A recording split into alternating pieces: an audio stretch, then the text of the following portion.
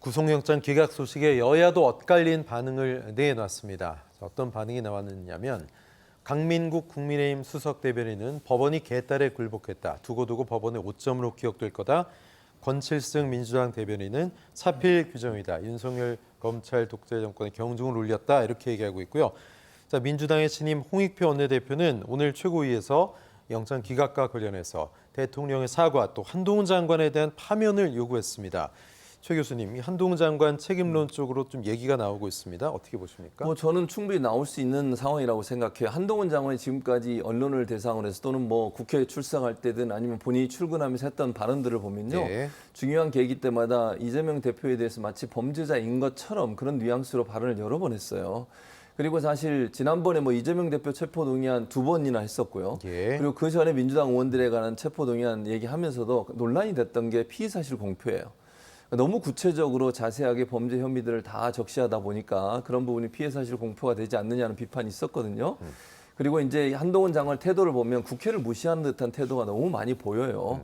그러니까 국무위원이라면 국회는 어쨌든 국회의원이 잘났든 못났든 국민을 네. 대표해서 그 자리에 앉아 있는 것이고 국민의 질문이고 국민들이 묻는 말이라고 생각하고 성심성의껏 답변하는 부분이 필요하다고 저는 보는데 네. 그런 부분에 있어 입법부에 대한 어떤 존중이 없는 부분 그리고 법률이 통과되고 나서 시행령으로 고쳐서 본인이 원하는 대로 운영하려는 모습 이런 부분도 사실은 법률 위반의 소지가 있다고 저는 봅니다. 그래서 네. 그런 부분들에 대해서 저는 책임을 물을 수 있다고 봐요. 물론 민주당이 탄핵 카드를 꺼내 들지는 모르겠습니다만 그런 분위기 속에라면 민주당이나 아니면 이제 지지자들 입장에서는 한동훈 장관의 책임을 묻는 어떤 형식으로든 그런 분이 필요하지 않겠나 이런 여론이 형성될 수 있다고 생각합니다. 네, 구속영장 기각 소식에 국민의힘 지도부는 원래 오늘 추석 비성객 인사를 할 예정이었는데 취소하고 긴급 의총을 소집했습니다.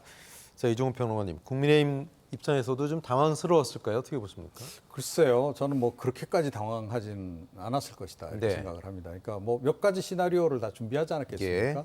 이재명 대표도 본인 구속 여부 관련해서 여러 가지 시나리오를 준비했고, 네. 사실은 이제 본인에게 유리한 그런 시나리오에 대해서 그 가능성에 대해서 계속 공표를 하기도 했고, 이랬던 바가 있는데, 예. 그 부분에서는 국민의힘도 마찬가지일 거라고 생각합니다. 그러니까 국민의 입장에서 가장 좋은 이제 시나리오는 이재명 대표가 구속이 되면서 구속이 된 상태에서도 계속 이제 옥중공천까지 가고 예. 당내 분열이 더 가중되고 이게 가장 좋은 시나리오인 네. 거죠. 그런데 그 반면에 이제 가장 나쁜 시나리오는 이제 뭐냐 하면 이재명 대표 구속 이후에 이제 비대위 체제로 넘어가면서 이재명 대표가 사퇴를 하고 그러면서 이제 그야말로 혁신 비대위가 들어와서 일신한 모습을 보여주는 황골 거.